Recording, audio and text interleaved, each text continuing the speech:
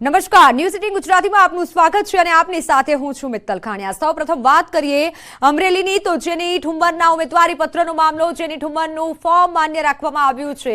ભાજપ અને કોંગ્રેસના ઉમેદવારોના પ્રતિનિધિઓની દલીલો પૂર્ણ થઈ। ચૂંટણી અધિકારીએ બંને પક્ષોની દલીલ સાંભળી હતી અને જેની ઠુમ્મરનું ઉમેદવારી ફોર્મ માન્ય રાખવામાં આવ્યું છે। અમરેલીથી આ મહત્વના સમાચાર।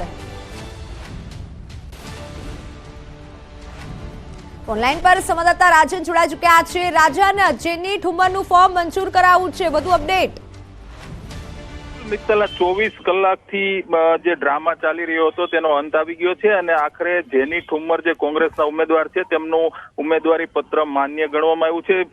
થોડીક ક્ષણો પહેલા જ જિલ્લા કલેક્ટર અને ચૂંટણી અધિકારી જે છે, ઓબ્ઝર્વર છે, તમામ લોકોએ બંને પાર્ટીને ફરીથી ચેમ્બરમાં બોલાવ્યા હતા અને આખરે જેની ઠુમ્મરનું જે ફોર્મ છે એ માન્ય રાખવામાં આવ્યું છે। કોંગ્રેસના નેતાઓ, આગેવાનો ખુશખુશાલ થઈ અને સત્યમેવ જયતેના નારા સાથે બહાર નીકળી અને પોતાની કાર્યાલય તરફ રવાના થયા છે। પરંતુ સૌથી મોટા સમાચાર એ છે કે જે છેલ્લા 24-25 કલાકથી જે ઘટનાક્રમ ચાલ્યો, બંને પાર્ટીઓ દ્વારા હાઈકોર્ટના ધારાશાસ્ત્રીઓ રોકવામાં આવ્યા, બંને પાર્ટીના કાર્યકરો, ઉમેદવારના જે ટેકેદારો છે, તમામ લોકોએ અહીં મોટી સંખ્યામાં કલેક્ટર કચેરીએ જમા થયા હતા। પરંતુ આખરે જેની ઠુમ્મરનું ફોર્મ માન્ય થતા સૌ પોતપોતાના કાર્યાલય તરફ રવાના થયા છે। મિત્તલ, બિલકુલ રાજન, ચૂંટણી અધિકારીએ પોતાનો ફાસલો સંભળાવી દીધો છે, પરંતુ કોંગ્રેસમાં હજુ પણ એક વિવાદ અને સાથે જ કહી શકાય કે ચિંતાનો વિષય છે, કારણ કે એક તરફ સુરતમાં પણ એ જ મામલો સામે આવ્યો છે। રાજન, આભાર સમગ્ર માહિતી બદલ। તો જેની ઠુમ્મરનું ફોર્મ મંજૂર કરવામાં આવ્યું છે, જેની ઠુમ્મરના ઉમેદવારી પત્રનો આ મામલો, જેની ઠુમ્મરનું ફોર્મ મંજૂર કરવામાં આવ્યું છે। તો અમરેલી લોકસભા બેઠકના કોંગ્રેસના ઉમેદવાર જેની ઠુમ્મરના ઉમેદવારી પત્ર સામે ગઈકાલે ભાજપના આગેવાનો દ્વારા વાંધો ઉઠાવવામાં આવ્યો હતો, તે હજુ પણ યથાવત છે। છેલ્લી 1 કલાકથી ભાજપ અને કોંગ્રેસના આગેવાનો, તેમના ટેકેદારો દ્વારા કલેક્ટર અને મુખ્ય ચૂંટણી અધિકારી છે તેમની સામે રજૂઆતો કરવામાં આવી છે। બંને પક્ષોની દલીલો સાંભળ્યા બાદ અત્યારે બંને પક્ષોને બહાર મોકલવામાં આવ્યા છે ને હવે થોડી જ વારમાં મુખ્ય ચૂંટણી અધિકારી એટલે કે જિલ્લા કલેક્ટર અને આ લોકસભા બેઠકના તો સુરત લોકસભા બેઠક પર રાજકીય ડ્રામા થયો છે। નિલેશ કુંભાણી વાંધા અરજી મામલે કલેક્ટર કચેરીએ ભાજપ અને કોંગ્રેસની દલીલો પૂર્ણ થઈ છે। નિલેશ કુંભાણીના ટેકેદારો ક્યાં છે તેને લઈને હજી સુધી માહિતી બહાર નથી આવી। જોકે નિલેશ કુંભાણી કલેક્ટર કચેરીએથી નીકળી ગયા છે। તેઓએ કહ્યું કે મારું ફોર્મ રદ નહીં થાય, હું ચૂંટણી જીતીશ। જોકે હજી સુધી નિલેશ કુંભાણીના ટેકેદારોનો કોઈ અત્તો પત્તો નથી લાગ્યો। શનિવારે ભાજપ તરફથી વાંધો ઉઠાવવામાં આવ્યો હતો। નિલેશ કુંભાણીના ટેકેદારો પૈકી 3 ટેકેદારોએ એફિડેવિટ કરી કહ્યું હતું કે અમારી સિગ્નેચર નથી। આમાં ભાજપ ઉમેદવારના ચૂંટણી એજન્ટ દિનેશ જોધાણીએ વાંધો ઉઠાવ્યો હતો અને આથી નિલેશ કુંભાણીના ફોર્મ સામે પ્રશ્નાર્થ ઉઠ્યો છે।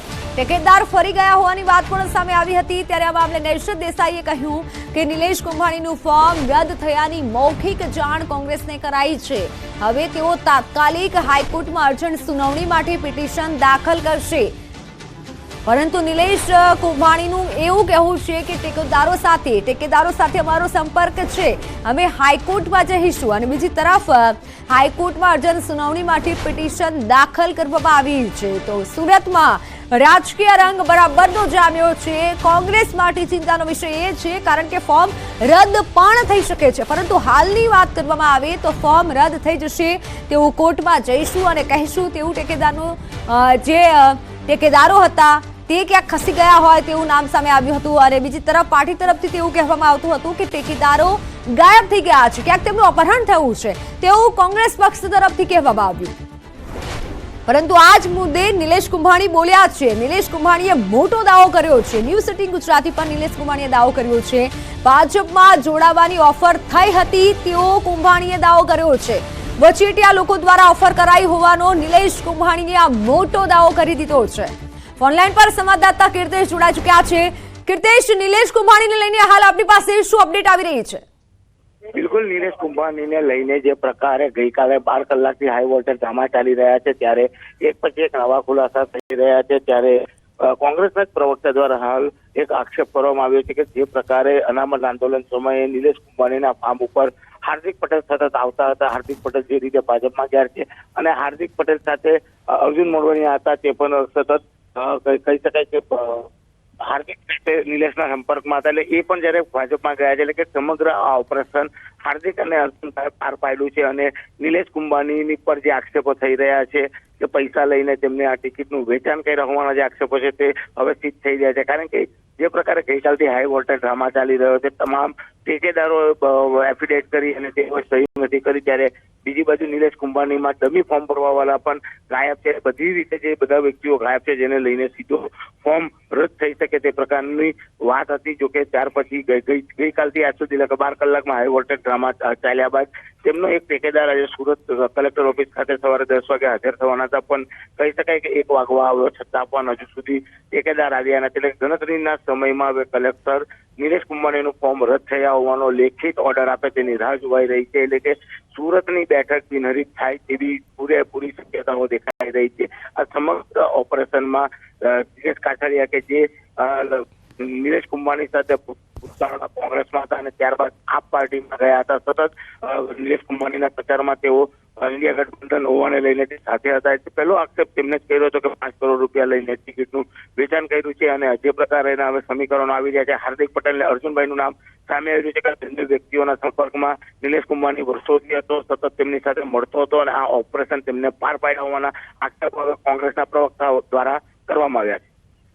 બિલકુલ કીર્તેશ, આભાર માહિતી બદલ. નિલેશ કુંભાણીના આરોપ પર ભાજપે પલટવાર કર્યો છે અને નિલેશ કુંભાણીના આરોપને પાયા વિહોણા ગણાવ્યા છે. સમગ્ર ઘટના માટે કોંગ્રેસ જવાબદાર છે તેવું જગદીશ પટેલનું નિવેદન સામે આવ્યું છે.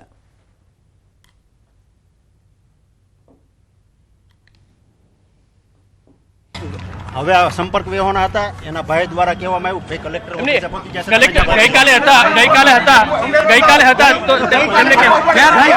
કલેક્ટર કચેરીનો કેસ નથી કે કોઈએ બીજેપી તરફથી આવ્યા હોય, નોમિનેશન પેપર જોયું હોય અને એના ઠેકેદારના નામ ચેક કર્યા હોય, અમને પણ કોઈ પૂછવા આવ્યું નથી.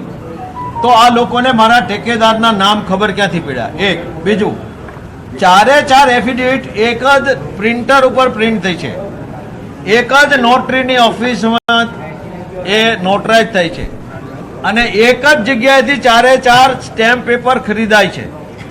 આ એક મહત્વનું પાછું છે કે ક્યાં કોન્સ્પિરસી થઈ છે.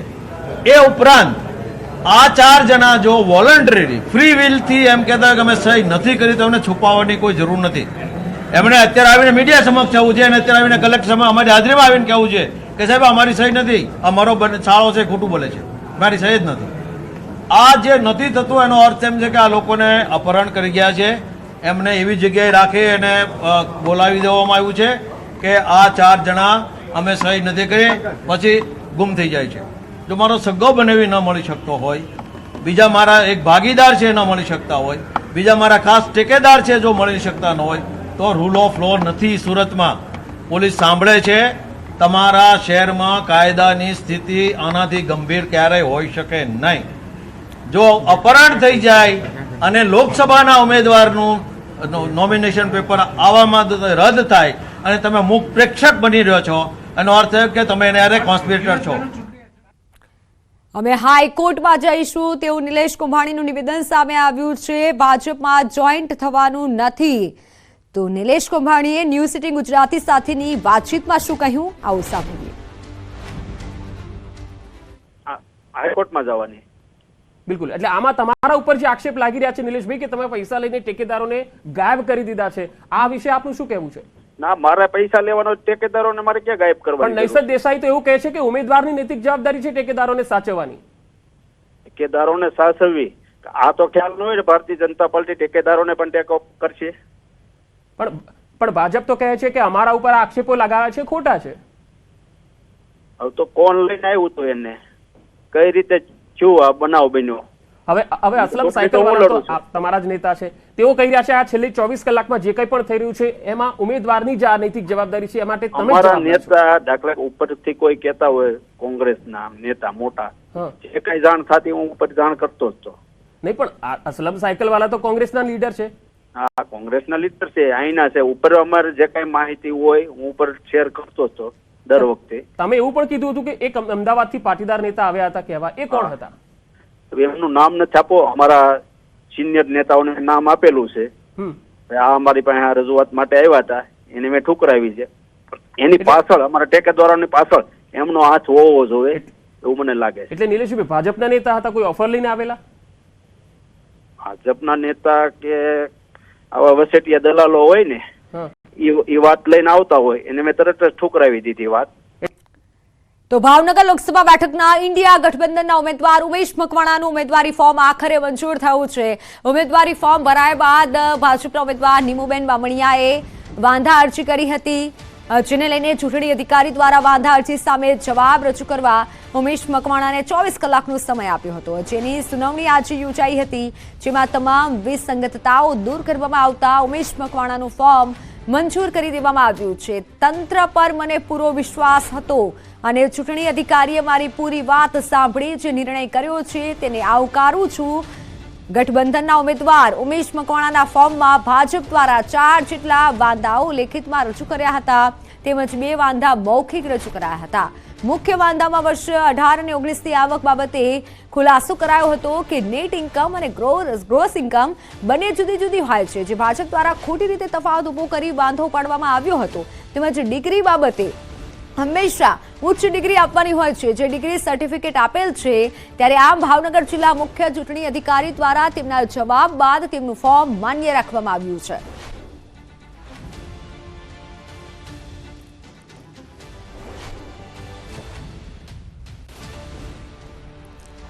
તો વાત હવે સંત સત્તા અને સંગ્રામની.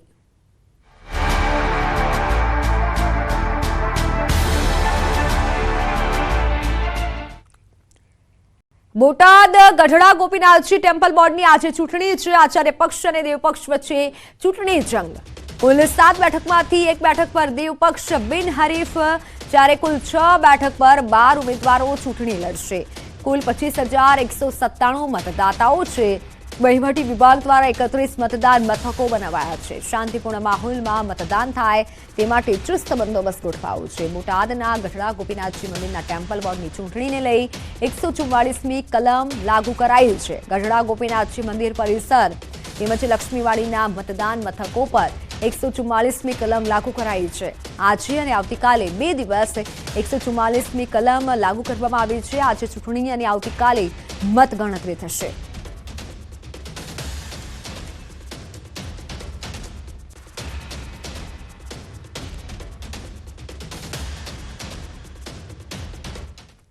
બોટાદ ગઢડા ગોપીનાથજી ટેમ્પલ બોર્ડ મતદાન. આચાર્ય પક્ષના શાસ્ત્રી ઘનશ્યામ વલ્લભ સ્વામીએ ચૂંટણી અધિકારી પર આરોપ લગાવ્યા છે, આક્ષેપ કર્યા છે. ગૃહસ્થ વિભાગના મતદાનમાં સાધુની એન્ટ્રી ન હોવા છતાં દેવ પક્ષના સાધુ અંદર પ્રચાર કરી રહ્યા છે. મુખ્ય ચૂંટણી અધિકારી વેચાઈ ગયા છે તેવા ગંભીર આરોપ લગાવ્યા છે.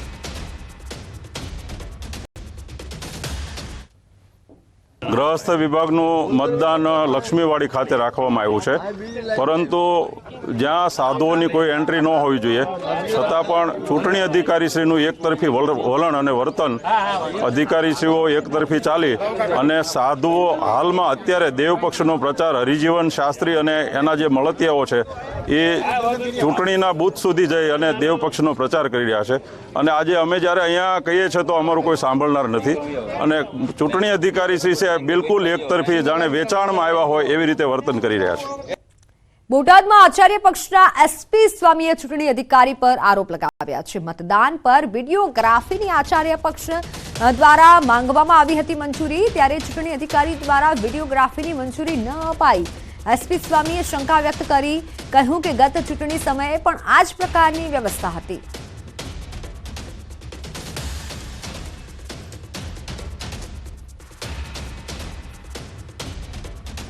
મતદાનની સંપૂર્ણપણે ગામડાઓમાંથી શહેરોમાંથી હરિભક્તો આવી ચૂક્યા છે. લાઈનોમાં બધા હરિભક્તો ગોઠવાઈ ગયા છે. અત્યારે શાંતિપૂર્ણ મતદાન શરૂ થઈ ચૂક્યું છે. ગઈ રાત્રે વિડીયો શૂટિંગ માટે અમે પરમિશન માગી હતી, પણ ચૂંટણી અધિકારીએ પરમિશન આપી નથી. એટલે અમને મોટી શંકા છે ચૂંટણી અધિકારી પક્ષપાતથી કામ કરી રહ્યા છે. છતાંય અત્યારે બધા હરિભક્તો ખૂબ ઉત્સાહથી ઉમંગથી મતદાન કરવા માટે મતદાન સ્થળ ઉપર પહોંચી. તો બોટાદથી મારી સાથે સંવાદદાતા પ્રકાશ જોડાઈ ચૂક્યા છે. પ્રકાશ, ચૂંટણી અધિકારીએ વિડીયોગ્રાફીની મંજૂરી નથી આપી, ગંભીર આક્ષેપ લાગ્યા છે, વધુ વિગત? જી, ચોક્કસ વાત કરવામાં આવે તો ગઢડા ગોપીનાથજી ટેમ્પલ બોર્ડની જે ચૂંટણી છે તેનું આજે મતદાન થઈ રહ્યું છે. આચાર્ય પક્ષ અને દેવ પક્ષ વચ્ચે સીધી આ ચૂંટણી જંગ ખેલાઈ રહ્યો છે. ત્યારે આજે લક્ષ્મીવાડી ખાતે મતદાન સવારના 8 વાગે શરૂ થયું હતું.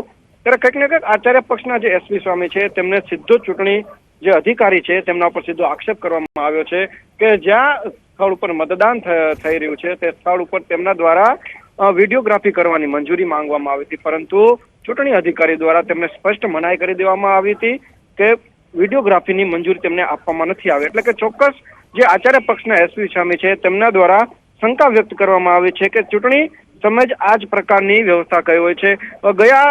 આની પહેલા પણ જયારે ચૂંટણી યોજાઈ હતી ત્યારે પણ કંઈક ને કંઈક આવો જ વિવાદ સર્જાયો હતો. એટલે કે ચોક્કસ એસપી સ્વામી છે તેમના દ્વારા સીધા આક્ષેપો હાલ અત્યારે ચૂંટણી અધિકારી ઉપર કરવામાં આવી રહ્યા છે.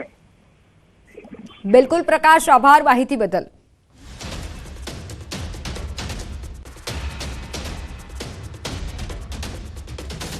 તો ગીર સોમનાથમાં જૂનાગઢ 13 લોકસભા બેઠક ભાજપના ઉમેદવારનું મધ્યસ્થ કાર્યાલય ખુલ્લું મુકાયું છે. પૂર્વ મંત્રી ભૂપેન્દ્ર ચુડાસમાના હસ્તે કાર્યાલયને ખુલ્લું મુકાયું. ઉમેદવાર રાજેશ ચુડાસમા, પૂર્વ મંત્રી ભૂપેન્દ્ર પટેલ, તાલાળાના ધારાસભ્ય ભગવાન બારડ સહિત ભાજપના અગ્રણીઓ ઉપસ્થિત રહ્યા. રાજેશ ચુડાસમાએ કહ્યું કે 5 લાખની લીડથી જીતીશું. તાલાળાના ધારાસભ્ય ભગવાન બારડે કહ્યું કે સામે પક્ષે અમારા સમાજના જ ઉમેદવાર છે, પણ સંઘર્ષ તો કરવો પડશે. આપણે કમળ જોઈને મત આપવાનો છે.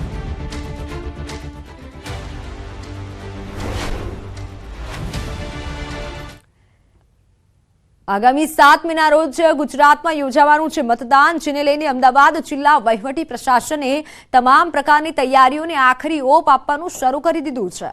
ત્યારે આજે આપને અમે મતદાન પહેલા આંગળી પર લગાવવામાં આવતી સ્યાહી વિશે જણાવીશું. શું તમે જાણો છો કે આ શાહીનો ઉપયોગ કેમ કરવામાં આવે છે? આ શાહીની શું વિશેષતા છે? બોગસ વોટિંગ ન થાય તે માટે એવેલોપ શાહીનો ઉપયોગ કરવામાં આવતો હોય છે. ચૂંટણી પંચે કર્ણાટકની મૈસૂર પાઇન્ટસ એન્ડ વાર્નિંગ લિમિટેડની શાહી બનાવવાનો અધિકાર આપવામાં આવ્યો છે. ભારત સહિત ઘાના, મલેશિયા, દક્ષિણ આફ્રિકા સહિત 25 દેશમાં શાહી મોકલવામાં આવે છે. આ સ્યાહીમાં સિલ્વર નાઇટ્રેટ નામનું કમ્પાઉન્ડ આવે છે અને જે અલ્ટ્રા વાયોલેટ લાઇટ કે પછી સનલાઇટ સાથે રિએક્ટ કરે છે. 2 થી 4 સપ્તાહ સુધી આંગળી પરથી રંગ નીકળતો નથી. કોઈ વ્યક્તિ એક વખત મતદાન કરી શકે તે માટે આ શાહીનો ઉપયોગ કરવામાં આવે છે. તો અમદાવાદના ડેપ્યુટી કલેક્ટરે આ અંગે માહિતી આપતા જણાવ્યું હતું.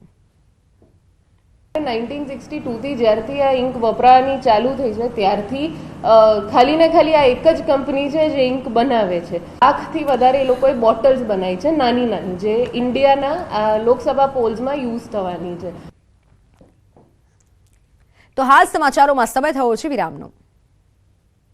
પીસી ગોહિલ પ્રેસ કોન્ફરન્સ કરી રહ્યા છે. સીધા જઈશું તે તરફ. ભાજપમાં પહેલી વખત ઘણા સમય પછી આંતરિક વિખવાદ સર પર આવ્યો, સપાટી પર આવ્યો. ભાજપના નેતાઓ જાહેરમાં એકબીજા સામે આક્ષેપો કરે, ઉમેદવારો બદલવા પડે અને બદલ્યા પછી ઓર વર્ગ વિગ્રહ ઉભો થાય, કમલમ પર ટોળાઓ ભેગા થાય.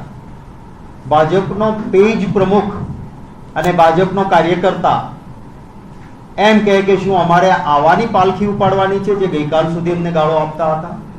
શું અમે ગાભા પાર્ટી છીએ?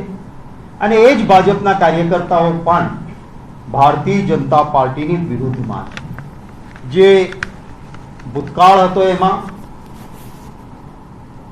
અહંકાર સાથે, ભૂતકાળમાં કોઈ એકાદો વર્ગ ક્યાંય વિરોધ કરતો હતો તો એના સાથે સંવાદ નહીં, સંઘર્ષ કરવાનો, બેરહેમીથી પોલીસનો દુરુપયોગ કરવાનો અને પછી ભાજપ જીતતું હતું. એટલે આ વખતે પણ ભારતીય જનતા પાર્ટીને એમ હતું કે કંઈ વાંધો નહીં, પરિણામ આપણી તરફેણમાં જ આવવાના છે. અને અહંકારથી કહેતા 5 લાખ. હવે ભારતીય જનતા પાર્ટીની સામે સમગ્ર ગુજરાતના તમામ વર્ગ ધર્મ જાતિના લોકો એક થઈને ભાજપને પાઠ ભણાવવા માંગે છે. પાટીદાર મિત્રો પોસ્ટ મૂકે છે કે અમે અમારી વાત કરતા હતા ત્યારે અમારા સાથે સંવાદ કરવાના બદલે જે પોલીસનો દુરુપયોગ થયો, અમારી બહેનો દીકરીઓને ઘરમાંથી કાઢીને એની ઉપર લાઠીચાર્જ થયા. પાટીદાર યુવાનોએ ભાજપના નેતાને જનરલ ડાયરનું બિરુદ આપ્યું હતું. હું પોતે પણ એક સરકારમાં મિનિસ્ટર રહ્યો છું. કોઈ પણ આંદોલન ચાલે ત્યારે, આંદોલન ચાલતું હોય ત્યારે પોલીસે કેમ વ્યવહાર કરવો એ સરકાર એને કહેતી હોય છે. હું પોતે આરોગ્ય વિભાગનો મંત્રી હતો. અમારા ડોક્ટર્સના આંદોલન થતા હું સામેથી કહેતો કે સહેજ પણ બળ પ્રયોગ નહીં, હું સામેથી સંવાદ કરતો અને એનો રસ્તો અમે કાઢતા. પોલીસ પણ પૂછે કે સાહેબ આ છે શું કરીએ. ભારતીય જનતા પાર્ટીએ લોકશાહીમાં આંદોલન થાય તો સૂચના એવી મારો પીટો એ પાટીદાર આંદોલન વખતે એમણે કર્યું. જુનાગઢમાં એક કોળીની દીકરી ચાંદની, એનું પ્રકરણ થયું, કોળી સમાજ માંગણી કરતો હતો તો એમની સાથે સંવાદ નહીં સંઘર્ષ કર્યો. પાલીતાણામાં ભાવનગર જિલ્લામાં, મારા જિલ્લામાં એક શૈક્ષણિક સંસ્થાની પાણીની ટાંકીમાં એક કોળી દીકરી પડીને ડૂબી ગઈ છે આવી વાત આવી. કોળી જ્ઞાતિના આગેવાનો જોવા ગયા, એમણે ફરિયાદ આપી. મારી પાસે અહીંયા સુધી આવીને પણ મને ફરિયાદ બતાવી કે સાહેબ આ પાણીની ટાંકીમાં કોઈ ઊભું રહે તો અહીંયા સુધી પાણી આવે. આ દીકરીની ઊંચાઈ પ્રમાણે જો દીકરી ઊભી રહે તો અહીંયા સુધી પાણી આવે, ડૂબીને મરે કેમ? આની તપાસ કરો. પણ ભાજપનું એક મોટું માથું એમાં હતું, સંસ્થા સાથે સંકળાયેલું. કોઈ તપાસ નહીં. આજે એ જ ભાવનગર જિલ્લાના કોળી સમાજના આગેવાનો પોરબંદર મત વિસ્તારમાં ઘેર ઘેર ફરે છે કે આને મત નહીં આપતા. ભારતીય જનતા પાર્ટી ઉમેદવારના ટેકેદાર ઉપસ્થિત હતા, એમની ફોટોગ્રાફી થઈ હતી. ત્યાર પછી ચકાસણીના દિવસે ભારતીય જનતા પાર્ટીના ઉમેદવારે એફિડેવિટ રજૂ કરી અને અમને આદેશ કર્યો કે નિલેશભાઈ કુભાણી ટેકેદારોને અહીંયા આજે સવારે 9 વાગ્યા સુધી હાજર કરે. 2 સવાલ અહીંયા ઊભા થાય છે. 18મી ટેકેદારો હાજર હતા, પછી એફિડેવિટ કોણ લાવ્યું, કેમ લાવ્યું, શા માટે લાવ્યું? એ ભારતીય જનતા પાર્ટીના ઉમેદવારે સત્તાનું નગ્ન પ્રદર્શન કર્યું છે. અને માનનીય TN સેશન સાહેબ, ઇલેક્શન કમિશનર સાહેબ, ચુકાદો સવારે 9 વાગે આપવો જોઈએ, તેની જગ્યાએ હજુ સુધી લેખિત ચુકાદો આપતા નથી. કેમ? કારણ કે નિલેશ કુભાણી હાઈકોર્ટમાં જવા નીકળી ગયા છે. અમદાવાદ પાસ કરી, બરોડા પાસ કર્યું છે. ત્યાં હાઈકોર્ટમાં પિટિશન કરવા માટે આ ઓર્ડરની જરૂર છે. પણ હાઈકોર્ટમાં પિટિશન ડિલે થાય એટલા માટે માનનીય સેશન સાહેબ ઓર્ડરની કોપી આપવામાં જાણી જોઈને ડિલે કરે છે. હે રામ, સત્તા, હે રામ, ગુલામ ઇલેક્શન કમિશનર સત્તાની ગુલામીમાં જે હુકમ કરે છે એ હાઈકોર્ટમાં મનાઈ હુકમ અમે આવતીકાલે વિડ્રોલ સાંજ સુધીમાં નહીં લઈ શકીએ. એ કારણથી આ ઇલેક્શન કમિશનર માનનીય આ ઓર્ડરને લેખિત સ્વરૂપે ડિક્લેર કરવામાં વિલંબ કરી રહ્યા છે. કોંગ્રેસ પાર્ટી ગુજરાત હાઈકોર્ટમાં તાકીદે ઇલેક્શન કમિશનર સામે ઇન્ક્વાયરી માંગશે, સ્ટે ઓર્ડર માંગશે સુરત લોકસભાના ચૂંટણી સામે. અને ભાજપના ઉમેદવાર જેનું ફોર્મ મંજૂર કર્યું છે, એમણે એફિડેવિટનો વાંધો આપ્યો છે, એમની સામે ફોર્જરીના કેસ કોંગ્રેસ પાર્ટી તરફથી કરવામાં આવશે. ધન્યવાદ. અત્યાર સુધીની રજૂઆતો ધ્યાને નથી લેવાય. જે કોઈ રજૂઆત લીગલ ટીમે કરી એ ધ્યાને લેવાઈ નથી. લીગલ ટીમની કોઈ રજૂઆત ધ્યાને લીધી નથી. હવે આગળ વધુમાં લીગલ ટીમ જ્યારે હમણાં ઓર્ડર લઈને બહાર આવશે, આપને જાણવું હોય તો આપ એમની પાસે જાણી શકો છો. ધન્યવાદ. અત્યારે આ લોકતંત્રના મહાફારસમાં મીડિયાની વિપક્ષને જરૂર છે. મીડિયા વિપક્ષની સાથે રહેશે. મીડિયા નહીં રહે વિપક્ષ સાથે તો હે રામ.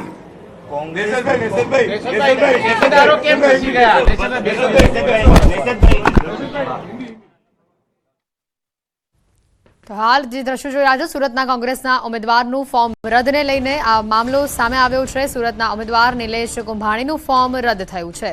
પંચે ચુકાદો હજી સુધી લેખિત ચુકાદો આપ્યો, જેની વાત સામે આવી. નિલેશ કુંભાણી હાઈકોર્ટ જવા માટે નીકળ્યા છે. નૈશરત દેસાઈએ પત્રકાર મિત્રો સાથેની આ વાતચીતમાં સમગ્ર મુદ્દો ઉઠાવ્યો, ટેકેદારો સાથેની પણ વાત જણાવી.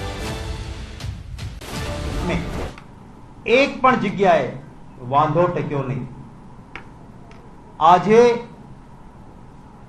આજે અમરેલીમાં જેનીબેન ઠુમ્મર સામે સાવ ખોટા વાંધાઓ લીધેલા હતા, એ ફોર્મ પણ મંજૂર થયું. ભાવનગરમાં આમ આદમી પાર્ટીના ઉમેદવાર સામે વાંધા લીધા હતા. અમરેલીમાં અમારા સિનિયર એડવોકેટ પંકજભાઈ ચાંપાનેરી ગયા હતા, એમણે દલીલો કરી. ભાવનગરમાં આમ આદમી પાર્ટીના ઉમેદવાર સામે વાંધા હતા. અમારા શહેર કોંગ્રેસના પ્રમુખ એડવોકેટ છે હિતેશભાઈ વ્યાસ, એમણે દલીલો કરી હતી. સુરતમાં ઉમેદવારે ફોર્મ ભર્યું ત્યારથી એ દિવસથી ભાજપને ફાળ પડી હતી. કારણ કે સુરતમાં સૌરાષ્ટ્રવાસીઓ, ખાસ કરીને પાટીદારો, એમની નારાજગી હતી. માલધારી સમાજના ઘણા ભાઈઓ સૌરાષ્ટ્રના વસે છે, એમના ગૌચરો ગયા છે. માલધારીઓ સાથે જે વ્યવહાર ભાજપની સરકારે કર્યો છે, એમની નારાજગી. અને બૌદ્ધ સમાજો, ચાહે ઉના વખતે ન્યાય નહીં મેળવી શકનારા દલિત ભાઈઓ હોય, આદિવાસીઓ હોય કે બહોળી ઓબીસી અને ક્ષત્રિય સમાજમાં આવતી જાતિ, બધાનો વિરોધ. એટલે એમને લાગ્યું કે સુરતની સેફ સીટે અમે હારી જશું. જ્યાં જઈએ ત્યાં કાળા વાવટા આવે છે. સરકારે જાહેરનામા બહાર પાડવા પડે, કાળો વાવટો નહીં દેખાડવાનો. લોકશાહીમાં પોતાનો પ્રતિભાવ વ્યક્ત કરવાનો એક મૌલિક અધિકાર છે. એમ છતાં આ કામ કરવામાં આવે. સુરતના ઉમેદવાર અમારા નિલેશભાઈ કુંભાણી, યુવાન, જીતી જશે આ ડર લાગ્યો. એટલે એમને ખરીદવાનું, એમને ડરાવવાનું કામ શરૂ થયું. એમણે સુરતમાં આજે જ ઇન્ટરવ્યુ આપ્યો કે પહેલું પ્રેશર એમના ઉપર હતું, માંગો તે રકમ, અને સામાજિક રીતે પણ જ્યાંથી દબાણ લવાય ત્યાં સુધી લાવ્યા. મને પોતે એમણે આજના ઇન્ટરવ્યુમાં પણ નિલેશભાઈએ કહ્યું છે કે મેં અમારા પ્રદેશના નેતાને પણ કહ્યું કે સાહેબ મારા ઉપર આ દબાણ છે. અને મને કહ્યું હતું, અને મને કહ્યું કે જે કંઈક લાલચ કે લોભ કે દબાણને હું વશ નહીં થાઉં, હું લડીશ. નંબર 14 આજે બંને પક્ષની દલીલ થતા જે નિર્ણય એવો છે 7, 8, 9 એ ફોર્મ અમાન્ય થયા છે અને 14 નંબરનું ફોર્મ પણ અમાન્ય છે. એટલે બંને ફોર્મ રદ થયા છે. એટલે આપણે માહિતી આપી. એ નિલેશભાઈ કુંભાણી અને 14 નંબરનું ફોર્મ છે તે સુરેશભાઈ પડસાળ જે ડમી છે. આક્ષેપ થાય છે કે ખરીદી લેવામાં આવ્યા. નહીં, એવું કઈ નથી. હું મુકેશભાઈ દલાલ, ભારતીય જનતા પાર્ટીના ઉમેદવારનો ચૂંટણી એજન્ટ છું. અને ચકાસણી દરમિયાન હું હાજર હતો. અમે ઘણા બીજા પણ ફોર્મમાં અમે પણ વાંધો લીધો હતો, એવી રીતે આના ફોર્મમાં પણ વાંધો લીધો હતો. અંતરે આજે હિયરિંગ થતા આ બંને ફોર્મ આ બાબતે મેં આપને સ્પષ્ટતા કરી છે. આજે ચૂંટણી કમિશનર તરીકે અહીંયા જે અધિકારી હતા કલેક્ટર સાહેબ, એને બંને ફોર્મ અમાન્ય ગણ્યા છે.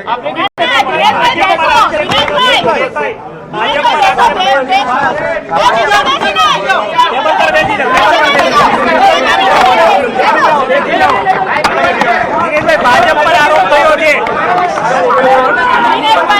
ખબર કઈ રીતે પડી? ભાઈ કહા ગયા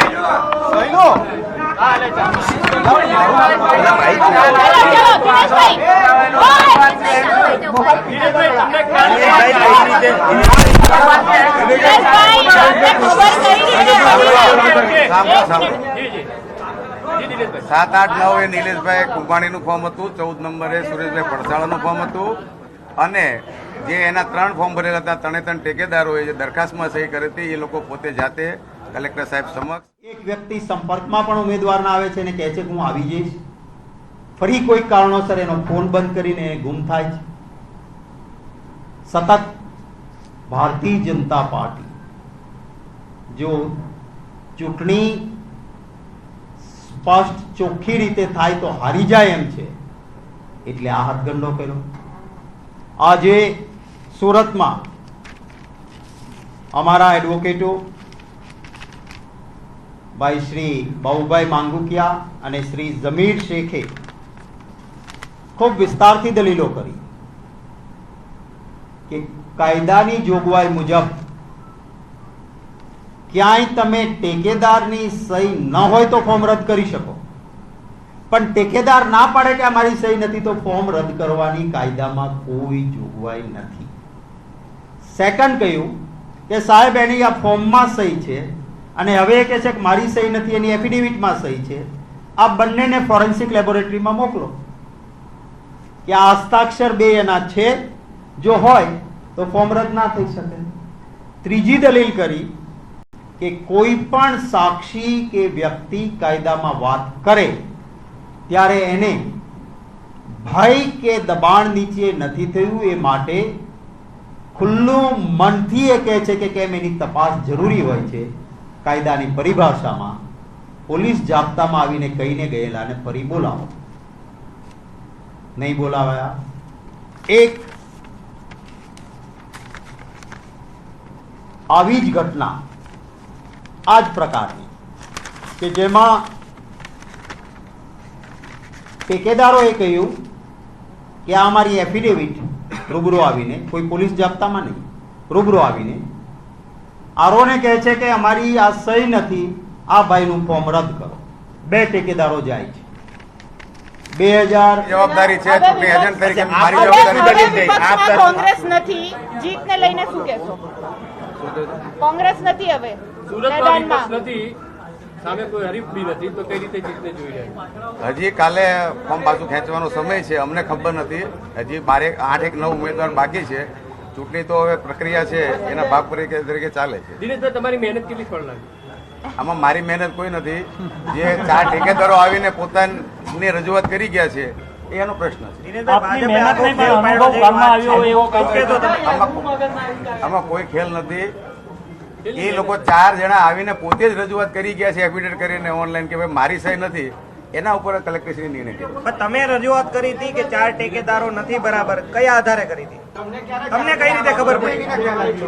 એ લોકો રૂબરૂ જ આવ્યા હતા, ચકાસી દેવા જાતે જ આવ્યા હતા. લોકો તમને કઈ રીતે ખબર પડી કે આટલા વાગે આ લોકો જવાના છે? ફોર્મની ચકાસણી ચાલતા હતા એ દરમિયાન જે લોકો કલેક્ટર સમક્ષ આવ્યા હતા અને રજૂઆત કરી. તમે આરે જે અધિકારી વાંધો ઉઠાયો એ કઈ સ્વરૂપ? અમે આ એકમાં નહીં, અમે બીજા ઘણા અપક્ષમાં બીજા પક્ષમાં પણ અમે વાંધો અમારી રીતે ઉઠાવ્યો હતો અને અમે ફોર્મ પણ ચેક કરતા જતા હતા. અમને અધિકાર છે ચૂંટણી એજન્ટ તરીકે ફોર્મ ચેક કરવાનો. એમ અમે એ ફોર્મ ચેક કરતા અમને માહિતી મળી એટલે અમે અરજી આપી હતી. 2022 નું રિપીટેશન થયું છે એવું કહેવાય. હિન્દી બી આપી દઉં.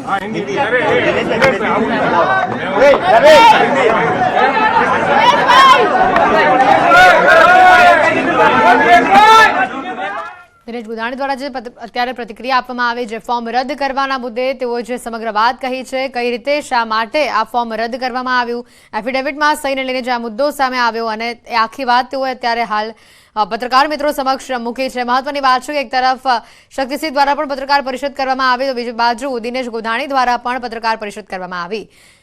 કોંગ્રેસ સમગ્ર મામલે હાઈકોર્ટમાં જશે તેવી પણ હવે વાત સામે આવી રહી છે. ટેકેદારો હાજર ન થતા આ ફોર્મ રદ કરાયું હોવાની વાત ભાજપ નેતા દ્વારા કરવામાં આવી છે. ચૂંટણી પહેલા કોંગ્રેસને સુરતમાંથી આ મોટો ઝટકો લાગ્યો છે. સુરતના કોંગ્રેસના ઉમેદવારનું ફોર્મ અહીંયા રદ કરવામાં આવ્યું છે. સુરતના ઉમેદવાર નિલેશ કુંભાણીનું ફોર્મ રદ થયું છે. કોઈ ખેલ નથી, આ નિવેદન આપ્યું છે દિનેશ ગોધાણીનું, જો ભાજપના નેતા છે તેઓ દ્વારા અત્યારે પત્રકાર મિત્રો સાથે આ સમગ્ર મામલે વાતચીત કરવામાં આવી. કયા પ્રકારે આ ફોર્મ રદ થયું તેને લઈને તેઓએ પત્રકાર મિત્રો સમક્ષ આખી વાત મૂકી હતી.